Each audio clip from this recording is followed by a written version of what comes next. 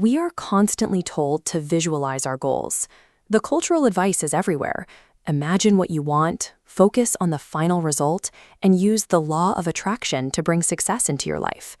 But relying solely on this type of mental escape can actually sabotage the very effort required to succeed. Your brain cannot distinguish fantasy from reality. Daydreaming lights up the central reward node, providing a chemical hit of satisfaction before any work is done. This creates a biological trap. The brain believes the job is finished, instantly draining your drive to take real-world action. To translate a desire into behavior change, you need a framework grounded in reality rather than comforting imagery.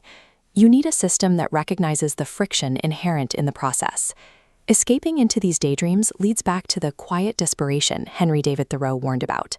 True emotional health requires facing the world as it is, not as we wish it to be. This brings us to the WOOP method, developed by psychology professor Gabriele Odington.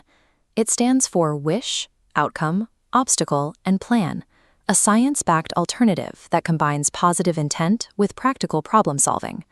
Step 1 is the wish. This requires defining a goal that is specific, realistic, and truly meaningful to you. Step 2 is the outcome. The critical difference here is visualization style. Instead of looking at a flat line ending in a trophy, you visualize the steep incline of the work itself. Imagining the friction of the effort keeps your brain engaged with the task. This type of mental simulation maintains the motivational tension required for action. By separating the desire for an outcome from the grit required to reach it, you ground your ambition in reality. Step 3 is the obstacle. This is where traditional positive thinking often fails, because it chooses to ignore the roadblocks. You must identify your specific internal roadblocks, like post-work fatigue or emotional triggers, and drag them into the light so they can be addressed. Step 4 is the plan. This is the mechanism that counters those obstacles before they even manifest. You use an if-then strategy. For example, if you are struggling with a workout habit, you link the obstacle of fatigue directly to a predetermined actionable response. This creates a neurological shortcut.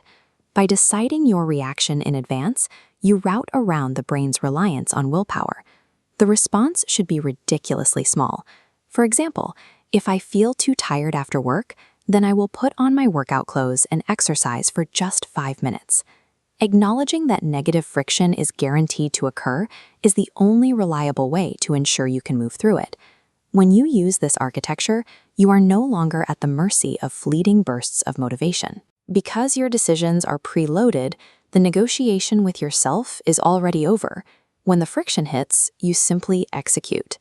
This represents a shift in how you relate to the world.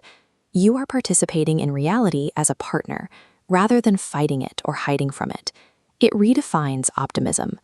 True optimism isn't believing nothing will go wrong. It's knowing exactly what will go wrong and having a plan ready to meet it.